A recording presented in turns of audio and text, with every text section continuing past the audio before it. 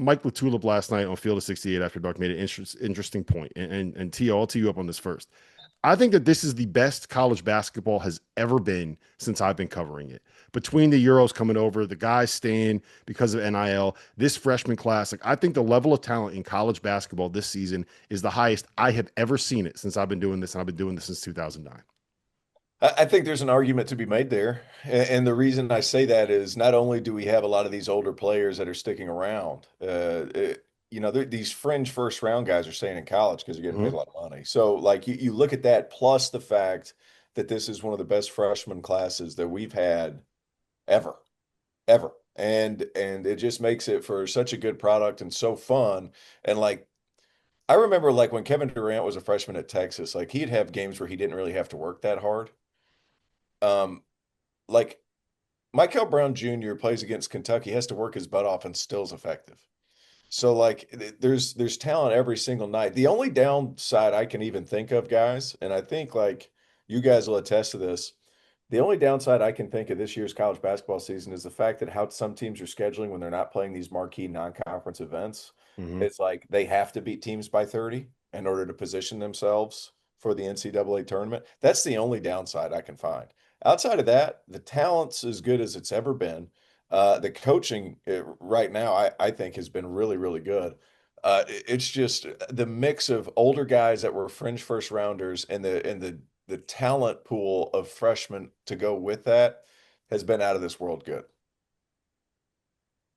Is it sustainable would be a question. I don't disagree with anything, Tio said, and I agree. It's a hell of a time to be a college basketball fan.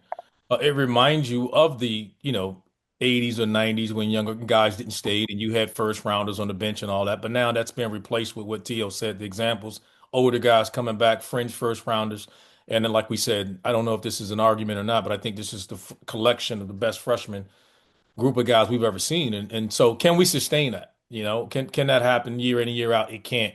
But the game is fun. I think it'll bring more parity. And I think all of that, the house settlements are part of that. We talked about that. I don't think we can lament that enough of how the settlement putting like somewhat of a cap on collegiate athletics for some teams. And it's I think it's helped like the ACC this year. We'll see if it hurts the SEC in some of that aspect. And so we'll see how that everybody's dealing with roster turnover, mid majors, high majors, but what a fun time. I mean, you got high major kids going down to mid majors, becoming stars, some working their way back up. So it's definitely a great time for the sport. Yeah, and I think to that point, RC, I think that this is a really good play. I think that the NIL and the transfer portal has actually helped college basketball Yes, overall, big picture. I think it's been a net positive. Now, there yes. are absolutely things that we need to clean up in this process. I think you need to make it more incentivized to stay at the school that you're at. I think we need to find a way to be able to make sure that the mid majors that develop players get some kind of reward for developing those players and not just signing them, turning them into $1 million college athletes and then losing them completely. Um, and I think we need to find a way to ensure that mid majors have a seat at the table when it comes to the field of 68 and all that.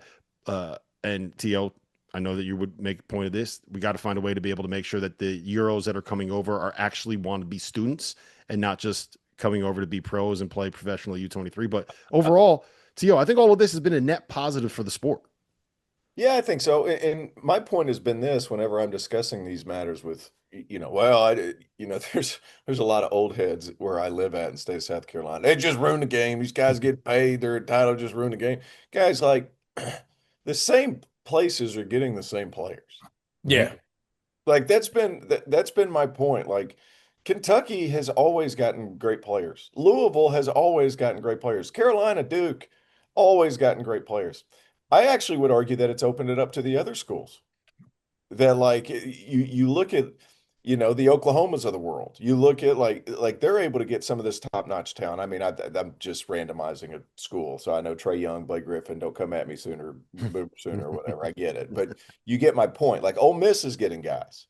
So in my opinion, it's just opening up the availability of these players to some of the other schools. And while the investment is still really good at those top level programs, and I'm talking blue bloods, like the other schools have a shot to land some of these guys now too. And I think that really makes it entertaining.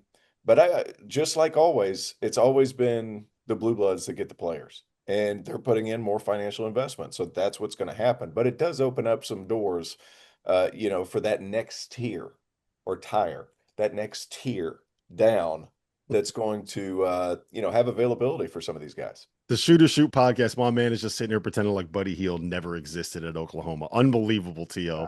You know what I'm saying. Come You at got him. what I'm in. Come at him, Oklahoma.